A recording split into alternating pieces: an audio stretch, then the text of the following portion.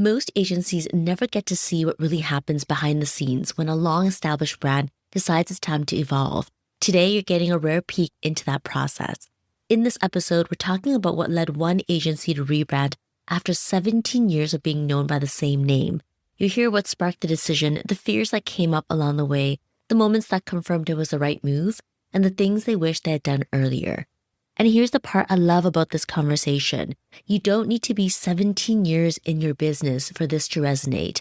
Whether you've been around a long time or you're growing quickly and feeling some misalignments, this story brings a lot of clarity about how to rethink through a rebrand and how to move through the process without losing the visibility you've already built. Let's get into it.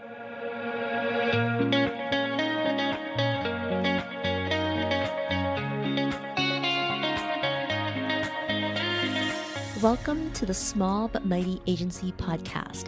If you want to grow an agency to 7 figures and beyond without working more hours in your business, you're in the right place. I'm your host, Audrey Joy Kwan. I know what it takes to build an agency, including supporting an agency owner in selling and exiting. I also have a master's degree in communications, specializing in organizational development. My team and I have worked behind the scenes of multiple 7-figure agencies and have coached and consulted with over 150 agency owners. All this to say, when you join us on the Small But Mighty Agency podcast, you get real-world experience and practical tips that help you work less, earn more, and lead with integrity. So let's go.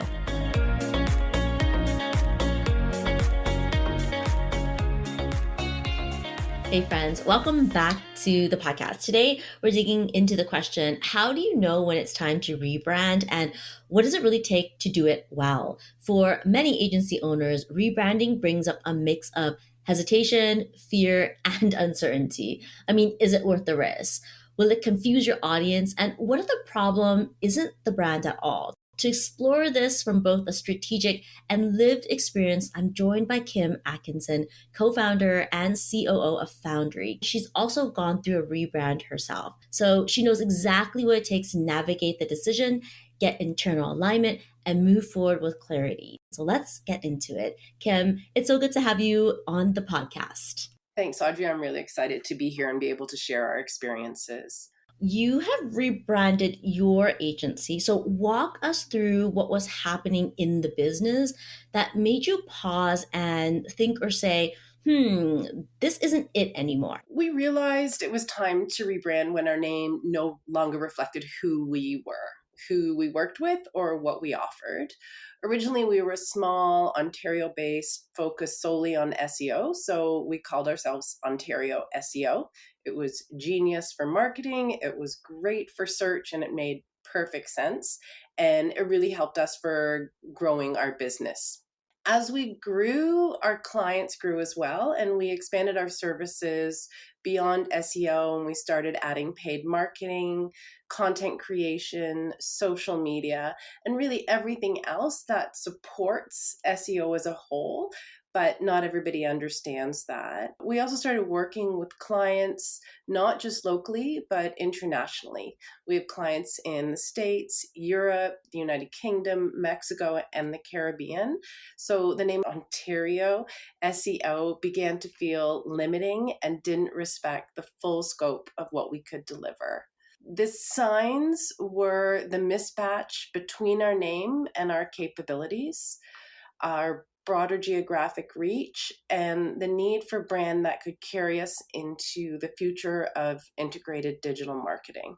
Now, we know that anytime we look at branding and we look at changing our logos and all the things that have to do with the identity, so to speak, certain resistance can show up.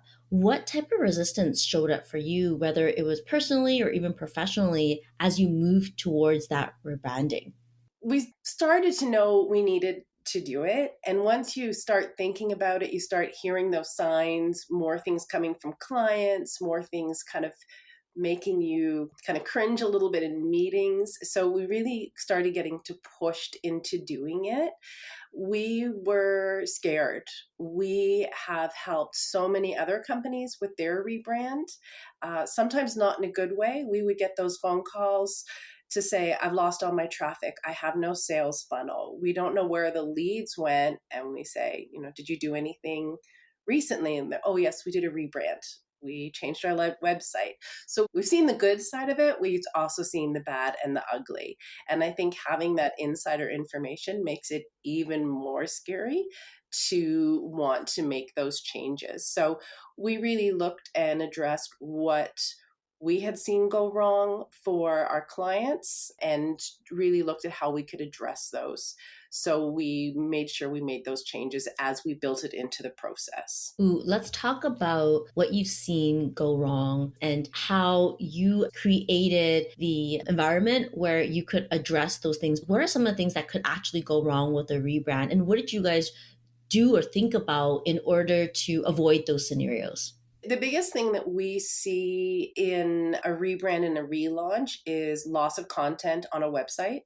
People want to start fresh, clean things up, and you lose all of that content that's out there, all of those links that were directed to it.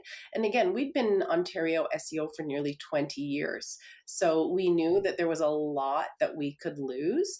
We really looked at how we could build up the site, how we could make sure those redirects were in properly, how we could make sure the content and structure on the site matched, and to keep going and gain that strength and keep going without losing anything. So it was a lot of teamwork with the development side, our digital managers, the content creation, to make sure we could do that and move forward and still move to the new brand. How do you tell the difference between healthy hesitation and avoidance procrastination when it comes to rebranding? It seemed like there were lots of moments where you knew you had to rebrand and there was that hesitation, and there must have been a pivotal kind of, we just got to do this, and it kicked you out of that spot and put you into action. How can you tell the difference if you were to look back between like, this is healthy hesitation and we're healthy hesitating because we know it isn't time yet and there's things we have to do to ensure that we do this right, versus avoidance procrastination where the things are there, you're ready, but you just don't want to push that go button? I put so much focus in making sure we came up with the perfect name. We needed that perfect brand. And to do that, we didn't put a timeline on it. So it became nonstop.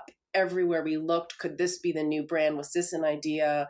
Was this something we can do? And it became so focused on that that we didn't really give ourselves a, we need to make this decision by X date and we need to move into production by this date. So we really needed to set a cap on that. And I think we finally did, with a lot of challenges, come up with the perfect brand for us. But I wish we had done that and set that date to probably, I'm going to say 24 months earlier. It took a long time and it was all consuming. So I think giving yourself that date, and nothing is ever going to be perfectly perfect. So we just have to give ourselves the pass for that, but recommend making that, because coming up with a name is hard work. And I think trying to do it all internally is not the right way to go. It's too close to your heart. You need to bring in other individuals who have the experience in rebranding and aren't yourselves to be able to make a good decision there. The naming part is the most difficult because once you settle on the name, that's it. I can see how that decision is very, very difficult. Walk us through how you actually came to the name that you have. You mentioned it took a really long time, but what finalized it for you? What was the moment where you're like, this is it? And since you didn't get much external help to find the name, what were some resources? What was the process of thinking that you did to actually have the name that you have now? I could list everything we did that didn't work. One of them was we sat down with the team, and the whole team was invited to pitch ideas, rebrand. Next thing we did after that is we sat down and we reviewed all those names. And I remember one we all thought was great, but one of the staff members said, well, that sounds like a Harry Potter character. And then it was done. And that one was out the window. So that was a challenge. And it was just creative thinking again. As we traveled, we looked at different businesses. For Foundry, it was actually an idea I came up with, but it started with just kind of thinking outside of the box. I think I'd started by spelling it with a PH because I didn't think that I was going to be able to use the word found and be able to get a domain with that. So it just kind of slowly evolved. We had lists that we would go through, cross out if we didn't like them. What I can say as a word of warning, because the domain was actually purchased out of my shopping cart. I had it on hold. I was waiting for confirmation, and the difference of 12 hours and the domain was gone. It was purchased by, I hope nobody who's listening, it was meant for completely different industry, so it wasn't a conflict, and we were very lucky that it became up again. But if you are shortlisted, just go ahead, make that investment, purchase that domain.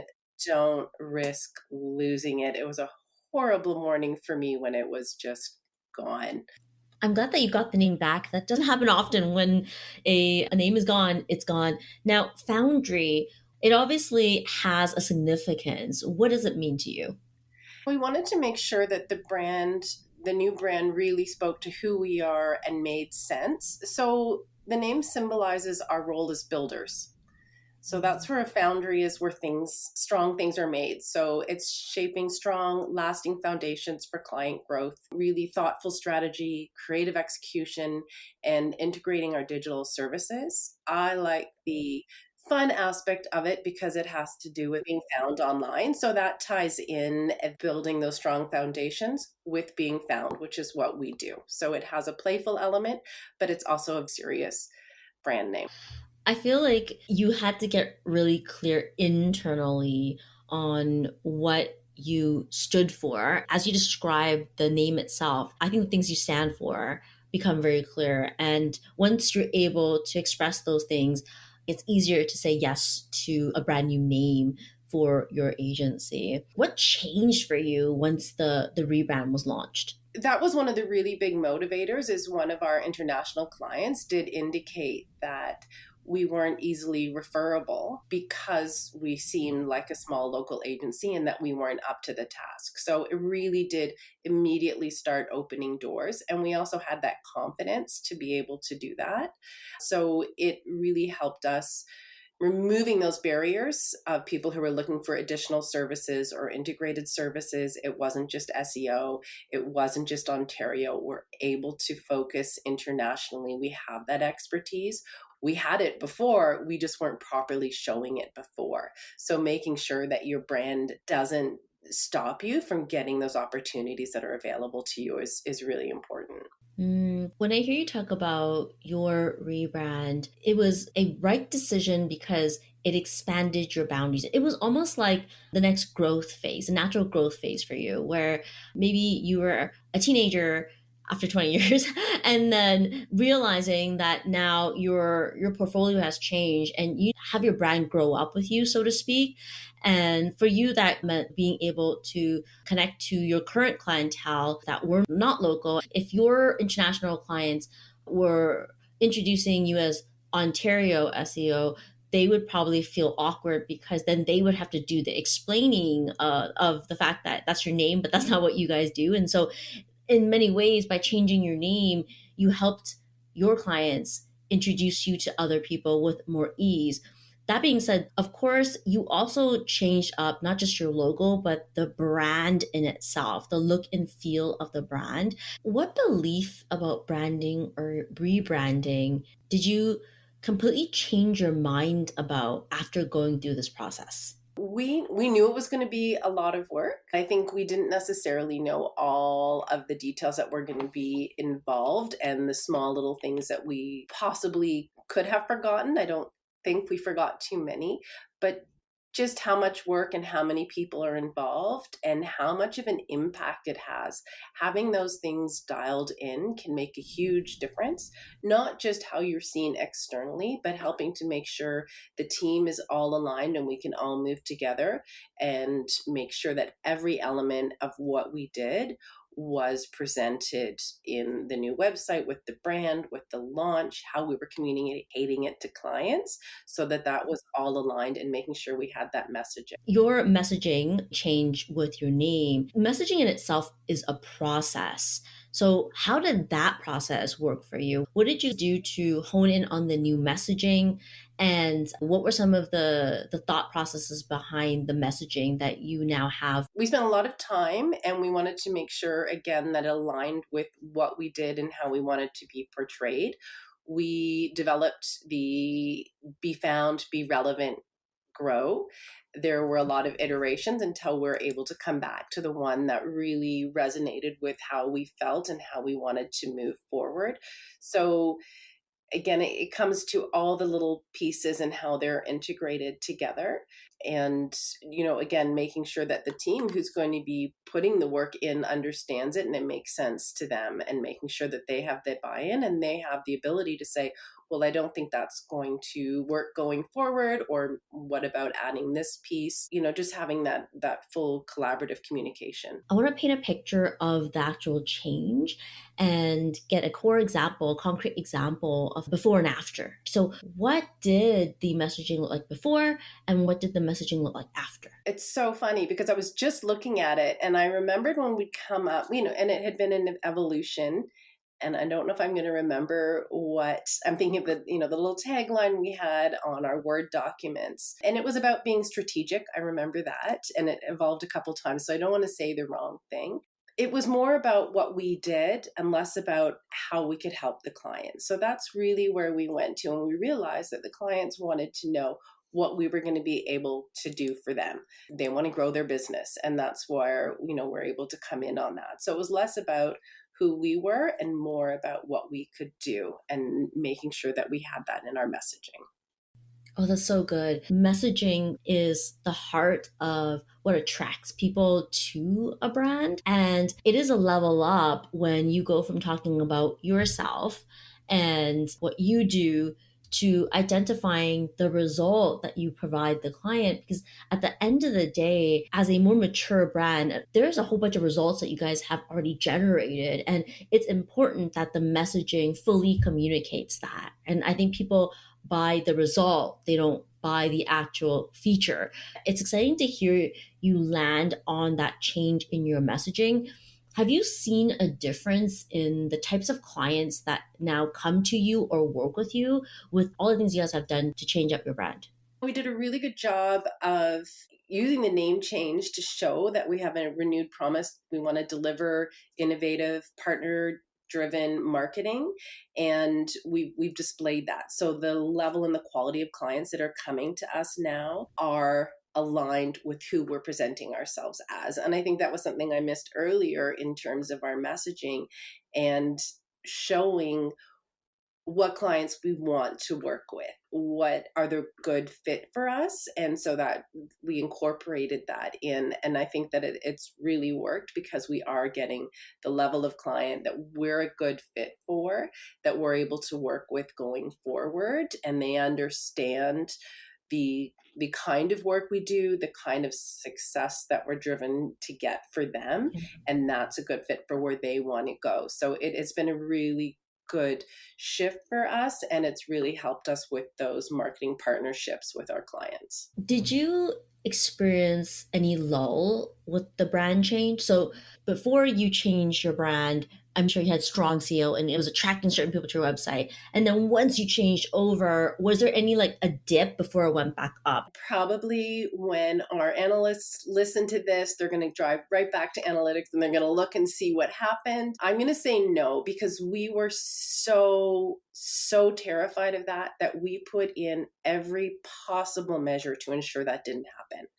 So we were really careful in how we launched. We were really careful in what we did with the old site versus the new site, with those redirects. So we didn't lose any traffic. We also were, of course, certain to make sure that we had paid marketing up and running out the gate. So we made sure that we protected ourselves. So where there may have been an organic drop, that we didn't lose that visibility, and we actually used it to turn it to our advantage, so that we were more seen. We were out loud about the rebrand. We didn't kind of hide and hope that nobody noticed. We wanted to make sure people noticed and took a look. So we might have lost a little bit organic for a short time. We were watching that very closely, and then it came back very, very quickly. And I know we did all celebrate how good a job we had done, that it was just such a short dip, and we're able to get back to those organic traffic. The question that I feel is on top of people's mind right now is, what are the measures that you put into place to ensure that there wasn't that lull? If you could name some of those things that you did. Oh, the things that we did or the things that we watched? Whatever it was to help create the result that you got. I'm sure people are asking, what?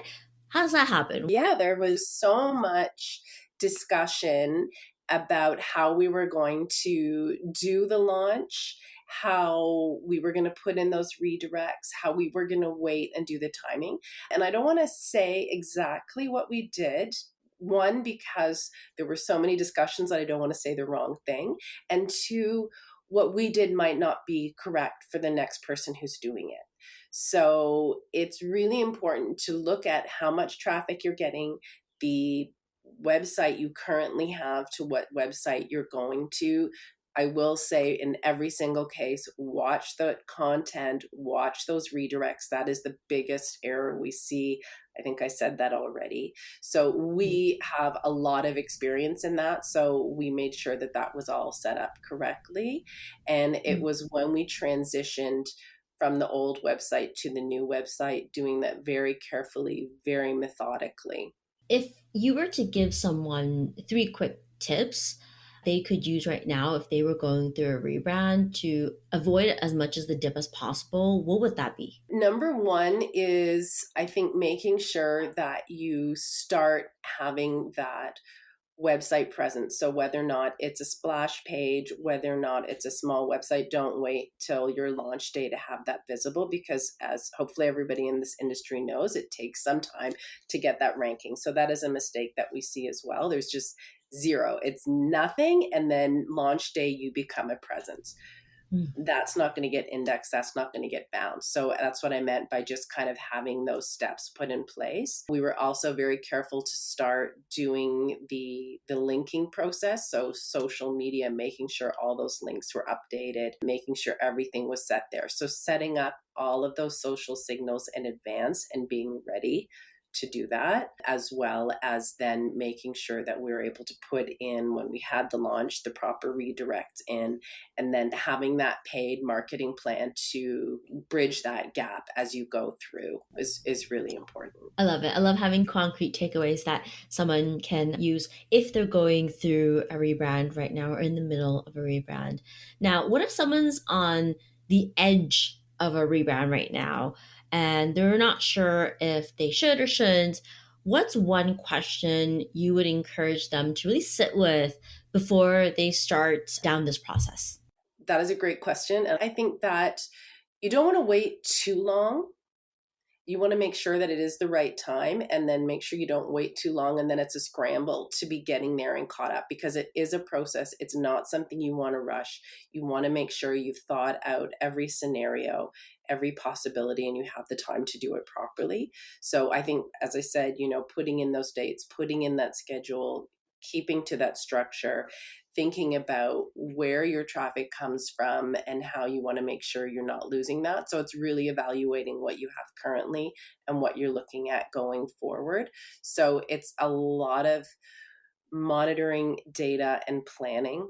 That's what I hope people take into account. There's a lot of strategic planning that does have to happen when you are making the decision to rebrand. It wasn't like, hey, we don't like a brand, we don't like a color, we don't like a font, let's make a change. It was more like, what isn't aligned to who we are now and where we want to grow, and evaluating all those aspects and then deciding how to bring that brand in line with it and then activating a plan to go forward.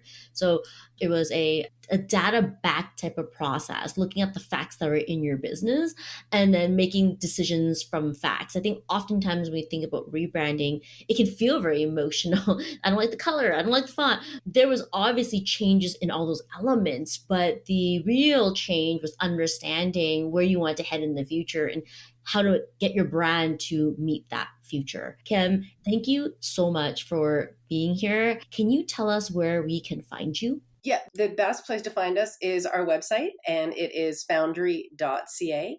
You can always find us on social media, but the best place is to look at our insights, see what we're doing. We're sharing important information about what's coming out in the industry. So that would be the best place to start.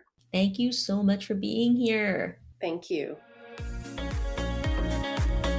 Hey, thanks for hanging out with me at the Small But Mighty Agency podcast. If you enjoyed this episode, it would mean the world to me if you hit the follow or subscribe button in your podcast app and share it with a friend. I'll see you on the next one.